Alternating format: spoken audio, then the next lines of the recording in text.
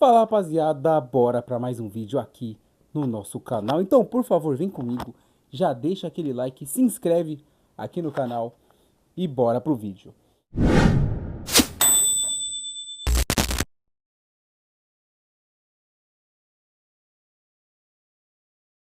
Vamos falar aqui de Campeonato Paulista, é lógico, muita coisa pra gente trocar ideia nesse vídeo de hoje, né? Vamos começar falando das semifinais do Paulistão. Hoje a gente tem 8h30 da noite, o Corinthians tentando manter a taça do campeonato. O Timão que ganhou o Campeonato Paulista na temporada passada, vencendo o Palmeiras na final, né? Decide a semifinal contra o bom time do Novo Horizontino, né? Novo Horizontino que é o atual detentor da melhor campanha do Campeonato Paulista e tem vitórias icônicas na temporada aí, como a goleada sobre o Palmeiras por 4-0 na fase de classificação e nas quartas de final eliminou o Santos do Neymar.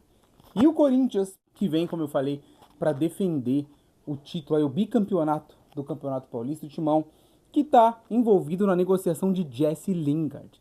Pois é, para quem não conhece, o Jesse Lingard é um jogador inglês, cara que começou ele no Manchester United, né? Foi, na verdade, ficou notório, mais famoso no Manchester United, eu não sei qual clube de formação dele, mas ele é um dos clubes que ele mais jogou bem na vida, foi o Manchester United.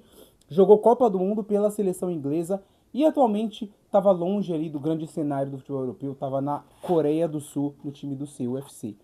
O Lingard teve o seu contrato finalizado com o time coreano, o contrato não foi renovado e ele está livre no mercado. Ele está com 33 anos. Faz bastante tempo que a gente não vê boas atuações do Lingard, mas é claro que é um jogador de peso e o Corinthians está muito perto de fechar com o cara. O que você acha disso, torcedor corintiano? Acha que é uma boa a chegada do jogador inglês no Timão para reforçar esse time de vários estrangeiros aí com um grande nome no time do Corinthians? Deixa aí sua opinião nos comentários.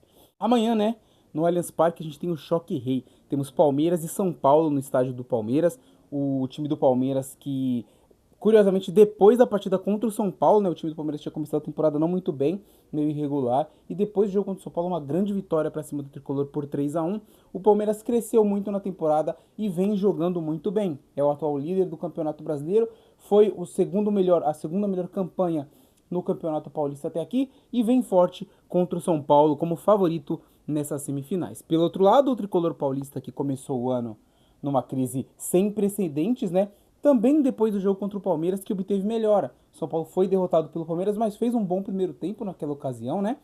E depois disso não perdeu mais. O São Paulo é o segundo colocado do Campeonato Brasileiro, né? Tá atrás justamente do Palmeiras. Tem a mesma pontuação que o Alviverde, ali a diferença por saldo de gols. E o São Paulo vem muito bem, fazendo grandes jogos no Campeonato Paulista também. Então deve ser um jogo muito interessante, né? Ainda sobre o Palmeiras, né? O Palmeiras se envolveu numa polêmica no meio da semana pelo jogo do Campeonato Brasileiro contra o time do Fluminense. O Palmeiras saiu jogando com a bola duas vezes, né? A primeira saída de bola foi no primeiro tempo do Palmeiras e no segundo tempo, que era para ser do Fluminense, o árbitro deu saída de bola para o time do Palmeiras novamente. Teve muita gente que reclamou, pediu até anulação do jogo por conta de um erro aí, né? Grave considerado, né? Mas a CBF divulgou uma nota, eu vou até ler para vocês, né? Porque realmente não foi erro que interferiu no resultado, né, rapaziada? Foi uma saída de bola. O time da CBF divulgou. A partida terminou com a vitória do Palmeiras por 2-1, mesmo o placar do primeiro tempo, né? A avaliação da comissão é de que o erro de procedimento não trouxe prejuízo ao jogo, pois assim que a partida foi reiniciada, o Fluminense adquiriu a posse da bola e não houve sanção disciplinar, gol ou fato relevante imediatamente subsequente. Como eu falei para vocês, tinha gente pedindo anulação do jogo. Eu acho que seria uma medida exagerada para um erro que foi um erro crasso, amador, mas não foi um erro que prejudicou o espetáculo, né? Mas diz aí você o que você acha desse erro. Eu acho que deveria ser marcado no jogo. Eu acho que o árbitro tem que ser punido de forma rigorosa. Deixa aí nos comentários sua opinião também para mim, que ela é bem importante. Pelo lado do São Paulo, né? O Crespo aí virou alvo de especulações do River Plate. Por quê? O River Plate, que foi o time que foi formador do Crespo, ele foi campeão da Libertadores lá, é um time que ele torce, né? Ele é torcedor do River Plate desde garoto.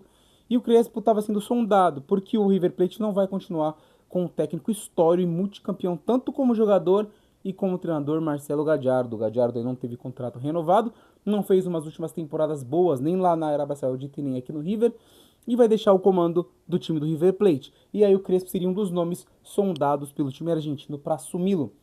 Mas o Crespo deu a seguinte declaração, tá? Abre aspas. Podem ficar tranquilos, todos sabem da minha história no River Plate, estamos falando de um grande do futebol mundial. como o São Paulo. Esse interesse é um elogio ao nosso trabalho. Dessa comissão, né?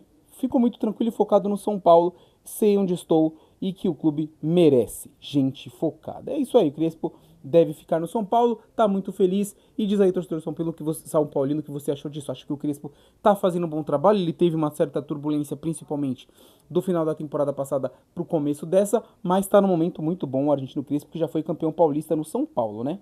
Nessa terça, né, a gente vai ter o Botafogo decidindo a sua vida e uma vaga para a fase de grupos da Libertadores da América. O Fogão, que vem aí de eliminação na primeira fase da pré-Libertadores, derrotando o Nacional de Potosí. Eu acho que o Botafogo poderia ter jogado melhor, mas acabou passando aí no agregado por 2-1 e se classifica para a segunda fase, né, que vai render vaga para a fase de grupos. Mas o adversário é complicado, porque é o time do Barcelona de Guayaquil, time que já cansou de eliminar brasileiros pela Libertadores à torto e à direito nas fases mais variadas. É um jogo difícil. O Botafogo que vive um momento complicado, né? Vem de um 2025 bem ruim, muito abaixo do esperado. Botafogo que terminou 2024 brilhante, né? Onde foi campeão brasileiro e da Libertadores, jogando um futebol vistoso. Tem um campeonato mundial de clubes bom até, né? Derrotando o PSG, inclusive na Copa do Mundo de Clubes, mas saiu de uma forma bem ruim naquele jogo contra o Palmeiras. Mas ainda assim se esperava um ano bem melhor do time do Botafogo, que não aconteceu. Então o time espera pelo menos chegar perto do que foi 2024. Vamos ver se isso acontece, né? Vamos falar um pouquinho do Neymar, né, rapaziada? Falar um pouquinho do Neymar é sempre bom. Eu gosto de falar do Neymar nesse canal porque é um grande jogador e sempre gera bastante atenção da rapaziada, óbvio, né? O Neymar sempre gera muito assunto e muito engajamento. O Neymar que voltou, né, no confronto, a jogar um jogo inteiro no confronto contra o Novo Horizontino pelas quartas de final do Campeonato Paulista. Fez até um bom jogo, mas não foi nada que se destacasse. O time do Santos acabou até sendo eliminado pelo Novo Horizontino com gol no finalzinho. E o Neymar não conseguiu desequilibrar naquele confronto. E um confronto contra o Novo Horizontino no Campeonato Paulista não é um jogo que a gente espera um brilho do Neymar para a gente falar de seleção brasileira, né? Mas no Campeonato Brasileiro a história é bem diferente. O Neymar enfrentou o time do Vasco da Gama e jogou muita bola, tá? Fez 2 golaços no estilo Neymar Júnior de si. 2 belos gols no estilo dele. Jogou uma partidaça contra o Vasco. Foi 2-1 a vitória do Peixe, mas o Neymar foi realmente o grande destaque desse jogo. E aí, óbvio que com uma atuação dessa volta aquele velho debate.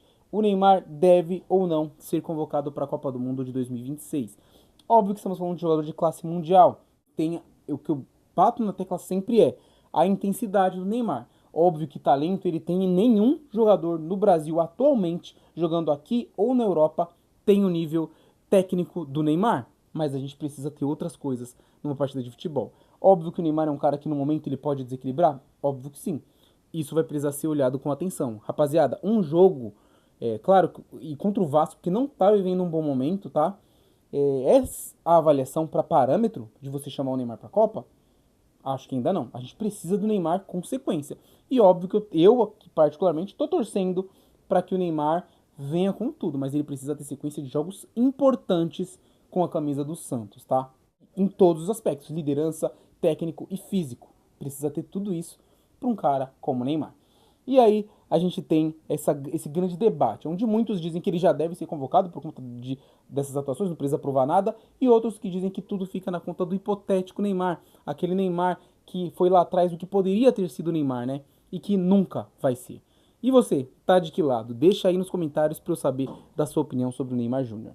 Vamos falar um pouquinho rápido sobre o Flamengo, né, gente? O Flamengo que viu um péssimo momento nesse início de temporada. Mengão que conquistou tudo na temporada passada, campeão brasileiro da Libertadores, jogando o fino da bola, né? E esse ano já perdeu Supercopa para o Corinthians e recentemente perdeu a decisão da Recopa Sul-Americana para o argentino Lanús e vem jogando muito mal, dicas de passagem. E vale a gente ressaltar que o Flamengo, além de não ter perdido jogadores e muito menos jogadores importantes do seu elenco, se reforçou. Trouxe um jogador como o Paquetá de mais de 40 milhões de euros. E isso até agora não se traduziu dentro de campo. O Flamengo tá num momento complicado, né? E jogando muito abaixo do que se esperava. O técnico Felipe Luiz, para mim, tá dando muita desculpa e não tá indo na fonte real do problema. E ele tá se esquivando para não falar que o elenco dele realmente não tá bem. Tá de barriguinha cheia o time do Flamengo, né? Diz aí pra mim qual a sua opinião sobre esse time do Flamengo. Acha que esse ano eles realmente vão ficar que nem em 2023? Não sei se o pessoal lembra, mas em 2023 o Flamengo chegou em várias decisões e perdeu todas, inclusive final de Copa do Brasil para o time do São Paulo. Espero que vocês tenham gostado do vídeo. Se gostou, faz a boa, deixa o like, se inscreve no canal e até o próximo vídeo. Valeu!